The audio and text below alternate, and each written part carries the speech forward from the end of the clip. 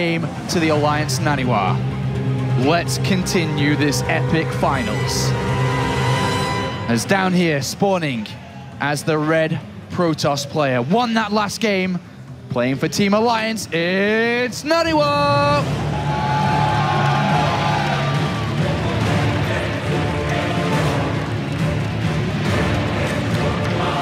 And to the bottom left of Whirlwinds, as the blue Zerg, a wonder kid some say, playing for Team Startail, it's Life! Fortunately for Life, he's going to be able to scout his opponent's first position here. NaNiwa, we saw him go for the Nexus first before the gateway in his wall.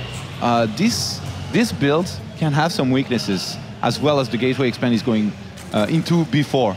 He's gone into, so Life, if he chooses to do some very aggressive build, which so far it does not look like he chose to, he could do some damage or at least set the pace for a game where he would actually be in the lead once again.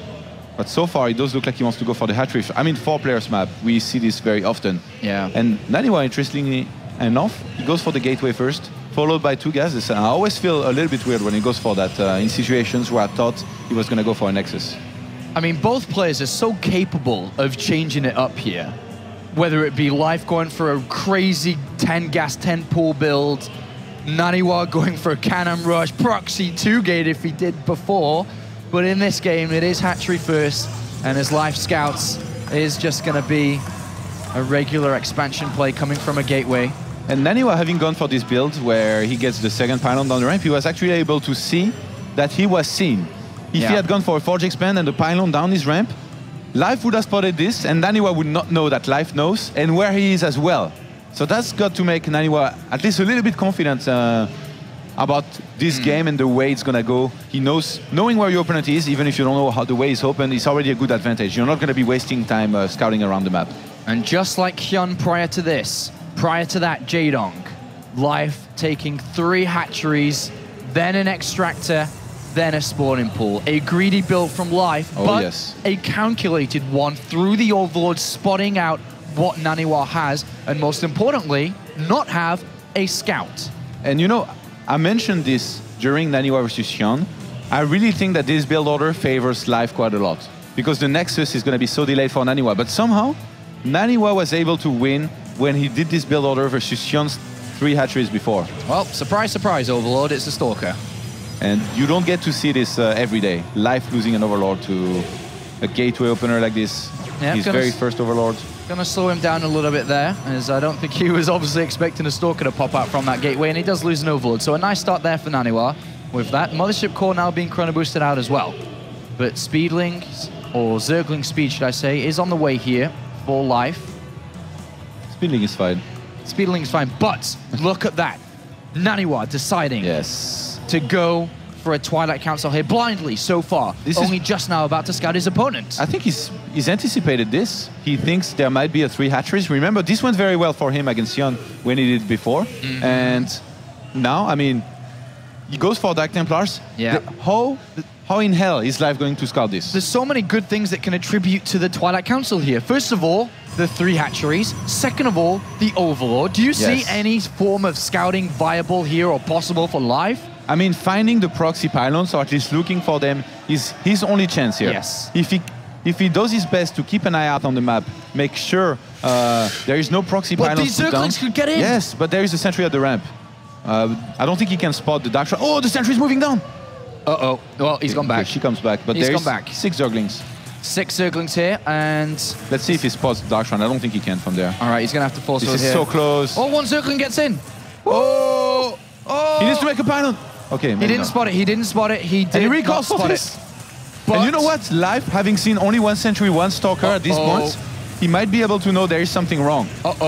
There is 18 Zerglings on the way. Yeah, but he's gonna walk. Life thinks he can do this. He's gonna wall. NaNiwa is gonna be fine. He's gonna wall from here. But his probe has been potted, I think, no? Yeah, the probe is over there. No, it hasn't been spotted yet. The pylon is on the way. The Dark Shrine's almost finished. Life has decided, no, wait, a Zergling has found the pylon, has found the probe. Oh. The Dark Shrine isn't ready. There's gonna have to be a force field by NaNiwa on this natural ramp. He does not want to miss that force field. He does not want to miss that force field, and he misses it. And now he has to warp in defensively back at home. A force field on the ramp, but the pylon at the north has been found. The Dark Shrine seconds away, but he also has to defend. 1 second, it finishes. So does he warp Dark Templars across the map? He's not doing it. The pylon is dying across the map. The pylon is dying on the other side of the map. His warp gates are turned off because he had to warp defensively, and all of a sudden this has backfired, and Life is at 60 supply to 39. 1 DT gets warped in, but it is going to be defensive, and already Life has a heads up. A Spore Coil is being made, more are being made, and somehow, some way, this looked great for NaNiwa and is now really gone the other direction. Yeah, and Life is going to try to do as much damage with those Zerglings as he can before losing them. NaNiwa is plan failed completely. There are spores up in every single base. Actually, 2 spore in the 3rd base of Life. Maybe overreacting a little bit here. I would have liked to see a spine with this. And he's just going to be in a great position overall. He can drone as much as he wants for the time being with just minimal units.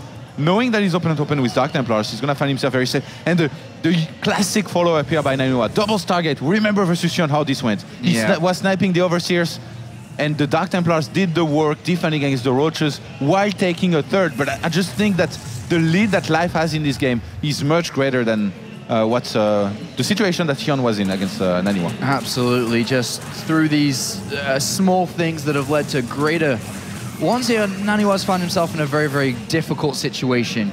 He does have a DT and Zealot going up to the north here. If there was a 4th base up there, it would have been nice, but there isn't from this position.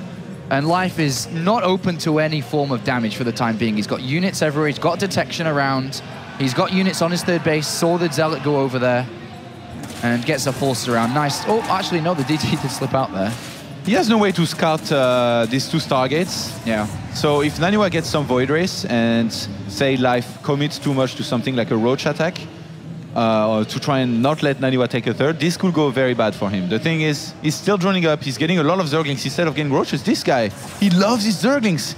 He makes it work every time, and in this game, it's going to be the right choice. He's getting Burrow now as well. I really like the way he's doing this.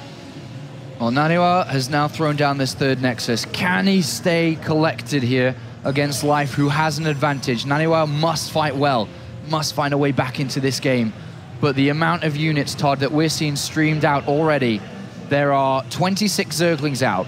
There are roughly 27 already Roaches. No, sorry, excuse me, 17. My math is bad. 17 Roaches on the way. With more coming, though. Can NaNiwa hold this position? I mean, he has Dark Templars that he can warp, and there is no Overseer around. There is one Overseer headed for this, but the Void Race might find it.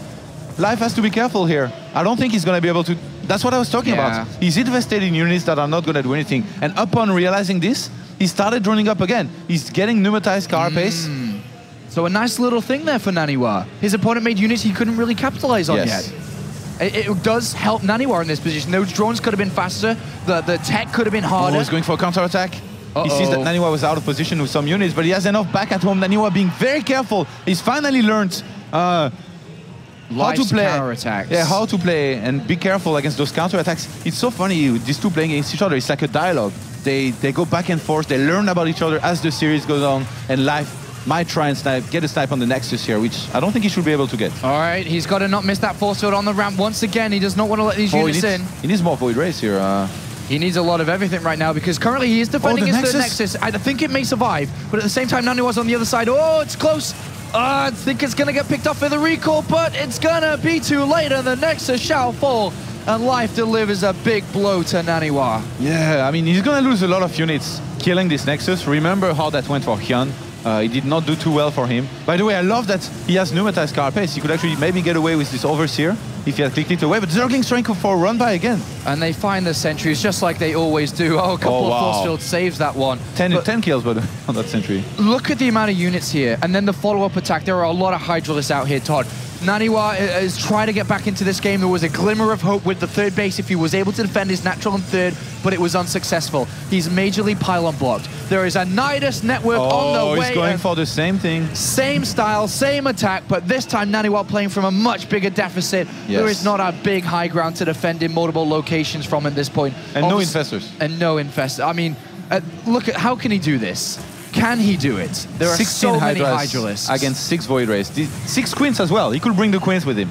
That will make this so much stronger. Where does he throw on the Nidus? At 6 o'clock? Would be a good position, I guess, to start with. But more Void Rays now joining the fray. And yeah, 6 o'clock Nidus. And by 4 life. But there's a Zergling on the 3rd base as well. There's no robotics facility. There's no way to take it. It's a borrowed Zergling. Look at his upgrades starting in the production tab. No one of this is going to finish on time. NaNiwa might have to cancel those and get extra units. He's found it. He's actually going to find it here. Oh, he's trying to let some units come out. He has to be... Okay, so no units do come out there. He does clean up the first one. He realizes what's going on now. But is he going to be able to defend against it? Because there is another one to the north here. A Nidus Worm has been planted down. And NaNiwa has to be expecting this right now. He has to know there's going to be more Niduses. He has to know there's a big attack coming. This is a big tell. He got a good bit of information seeing this. If he can buy himself a little bit more time, if he can get charge, if he can get +2 and air attack upgrades, he's going to do all right. So many units here. Time Warp activated. And NaNiwa must fight out in the open. 2 Void Rays get Micro back and they will survive. Great Micro from NaNiwa, keeping the Void Rays alive. But is it going to be enough? It becomes a numbers game here. NaNiwa has a lot of money in the bank. Another Time Warp has been activated. And NaNiwa must retreat to his natural route. The Mothership Core gets picked off. A closer Nidus Worm has been put down. Oh, NaNiwa, you're in for a difficult time. Oh, life, oh, Startail life with a proxy hatchery here. A mana hatchery, as we call it, to take the Mickey out of his opponent. But here comes NaNiwa to defend once again. He did it on Bellship Vestige. Can it happen here? Yeah, it's going to be very hard for NaNiwa to hold, obviously. I mean, he's got mostly Void Rays, almost nothing on the ground. 10 Queens, 15 Hydras, 5 Roaches. Units are going to keep on streaming in. Both players reinforcing very close to the fight. Oh, nice force fields. Nice force fields here from NaNiwa, but he's got 10 Void Rays and currently remains with 10 Void Rays alive. Microing very well. He's got a little amount of units, but they're dealing a lot of damage. The supply is closing up.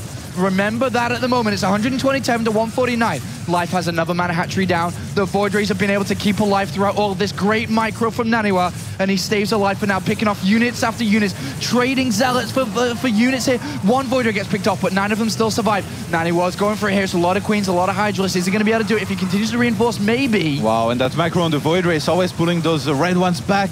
Can NaNiwa hold again like he did before? Oh my god! Oh my god! Another cancelled mana hatchery! How the hell? NaNiwa with Micro, absolutely legendary Micro with these Void Rays, keeping them alive. They're all in low health. And now Life finds himself in a terrible position, or a disastrous position. Yeah. How can you play so aggressive, so confident, yet not clean up and get the victory? NaNiwa holds. Yeah, I mean, he's not in the best position. I mean, NaNiwa, Life is still in the lead, in my opinion. He has a lot of drones spread out across his bases, 71. The thing is, NaNiwa's army is too big now.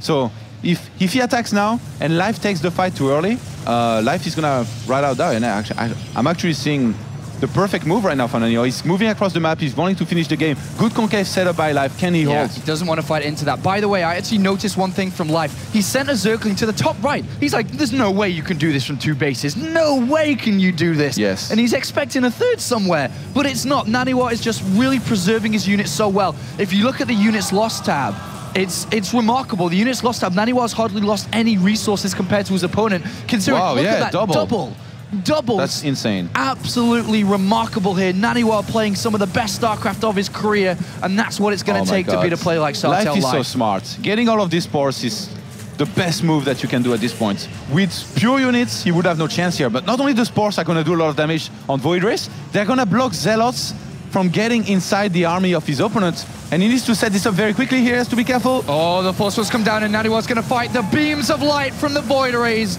shine down onto this army and the force fields blanket this. And is NaNiwa going to be able to continue to push forward here? The Void Ray count is at 9 at the moment, dealing a lot of damage, but there are a lot of units. Drones coming off the line here from Alive, and it looks like NaNiwa, is he going to be able to do this? The army supply is in advantage of Life at this point, but the Void Rays remain alive. The crowd goes crazy as only Void Rays remain for NaNiwa here. He's about to have a recall. 100 energy. Does he recall or does he try to escape? Normally there is not that many Hydralisks, so he's actually bringing reinforcements and still making this happen. He's still making this happen off 2 bases, bear in mind, just 2 bases. The Void Ray counts down to 5, and Life continues to hold on for the time being. Another force field. The Zealots get in there, but the sentries are getting picked off here. Can the Void Rays push through? Life has 3 bases. He has 8 more Hydralisks. Oh, those force fields. The Roaches are blocked behind. And the Void Rays remain alive, pulling back once again. The Hydras are gone. The Hydralisks are gone here. 11 Hydralisks on the way in the production tab. Where are they going to spawn out from? One gets picked off there. Another one does nothing. Another one does nothing. They're just getting picked off one at a time. They're spraying from that hatchery. And NaNiwa with his Void Rays. Oh my gosh, I can't believe this. Another Hydralisk gets picked off. More reinforcements for NaNiwa. And the amount of Hydralisks, even though we saw 12 being made, there are only 9 out. They are borrowed. They are running. How is NaNiwa doing this? NaNiwa is actually almost out of minerals. I think he's done it with those Void Rays. Life, he doesn't allow to have any income almost anymore. He only has a few minerals left on his natural. And, oh, actually, counter-attack with Roaches. Oh, he's got so many Zealots plus Sentries to tank the damage for the Void Rays to do the work here. He's going to attack up against the Spore Crawlers this time. Is NaNiwa going to do it? Time Warp comes down. Zealots reinforcing the Void Rays stay alive. 5 Void Rays still alive here. The Hydralisk count is what? It's like 1, 2, 3. There's still the Void Rays. He's pulled them back again with 2 red health. Look at them. They are red health. How is he doing it? He is absolutely pushing forward. More units coming from life. But NaNiwa keeps them alive. All these Void Rays with low health going to stay in this game. The Zealots continue to keep in here. NaNiwa pulls back one more time. 2 Infestors for Mud. Without Pathogen Glands, they're going to use Infested Terrans. NaNiwa has a very few units left. His Void Rays. One Void Ray gets picked off there. Only 2 of the remaining 5 survive. And Life has a counter-attack on the other side of the map, by the way, with Roaches. And NaNiwa pushing forward, 40 supply to 84. Has Life held on throughout all of this. There's no income from NaNiwa. This is his last units. His last units. Is he going to be able to do it? All Life will make the most incredible hold. Both players playing fantastic here in the grand finals of the Intel Extreme Masters. And is it going to be enough? 3 Zealots, 3 Sentries, 2 Void Rays versus 2 Hydralisks, 2 Infested Terrors. The anti-air is minimal. The anti-air is absolutely minimal. 2 Queens come down to help out. Are they going to be enough? It looks like Life pushes 1 Void Ray back. GG. What a game. Wow.